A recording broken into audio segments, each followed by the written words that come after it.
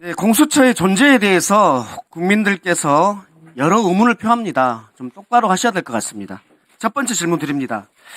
윤석열 대통령에 대해서 체포영장과 구속영장 신청했는데 이것을 중앙지법이 아닌 서부지법에 한 이유가 뭡니까 도대체? 지금 이 법에 대해서 조금 혼돈이 있는 것 같은데요. 공수처법 31조에 의하면 그 관할에 대해서 규정하고 있습니다. 그런데 31조 그 전문이 규율하는 범위는 뭐냐 하면은 공수처가 공소를 제기하는 사건에 대해서 중앙법원에 관할을 원칙으로 하고 그다음에 또 후문에 그 공수처가 재량껏 공수처 검사가 할 수 있도록 되어 있습니다. 그런데 이 사건은 공수처가 공소를 제기하는 사건이 아니고 수사권만 갖는 사건입니다. 그래서 이 사건에 있어서 법은 형사소송법의 원칙으로 들어가서 그 관할을 정해야 됩니다. 저희들이 그 중앙법원에 영장을 청구할 때는 여러 피의자들이 관련되어 있고 특히 그 중에 이상민 피의자가 주소지가 강남구라서 서울중앙지방법원을 쉽게 그 관할로 했습니다.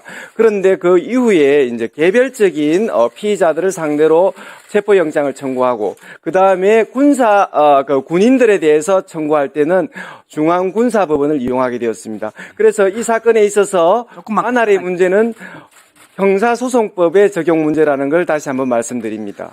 아무런 문제가 없다는 거예요? 전혀 문제가 없고 지금 제일 관련성이 많은 부분은 서울 서부법원, 그 다음에 국회가 소재한 서울 남부법원이 관할 관련성이 제일 많다는 의견입니다.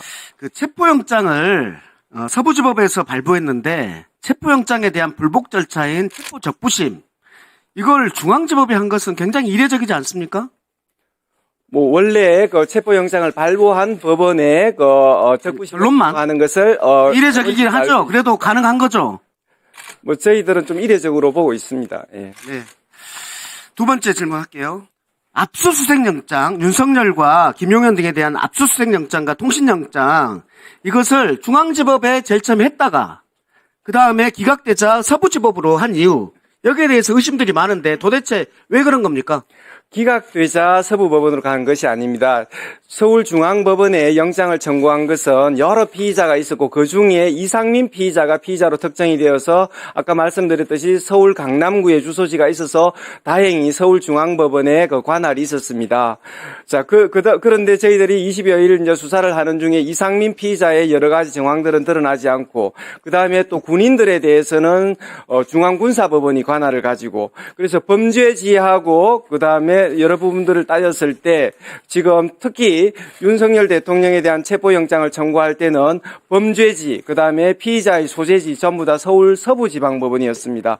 그래서 윤석열 대통령에 대해서 서울중앙법원에 되려 청구했으면 관할권의 존부에 대해서 판사님이 많이 고민을 하셨지 않을까 싶습니다. 아니 압수수색영장에 대해서 중앙지법에 했다가 기각된 거 아니에요?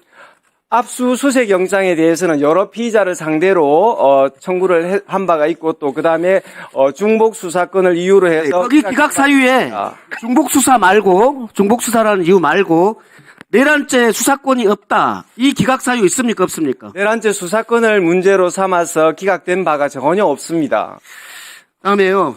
처장님 우리법 연구회 출신입니까? 저는 아닙니다. 그리고 수사기록 검찰로 이첩할 때 빠짐없이 했습니까?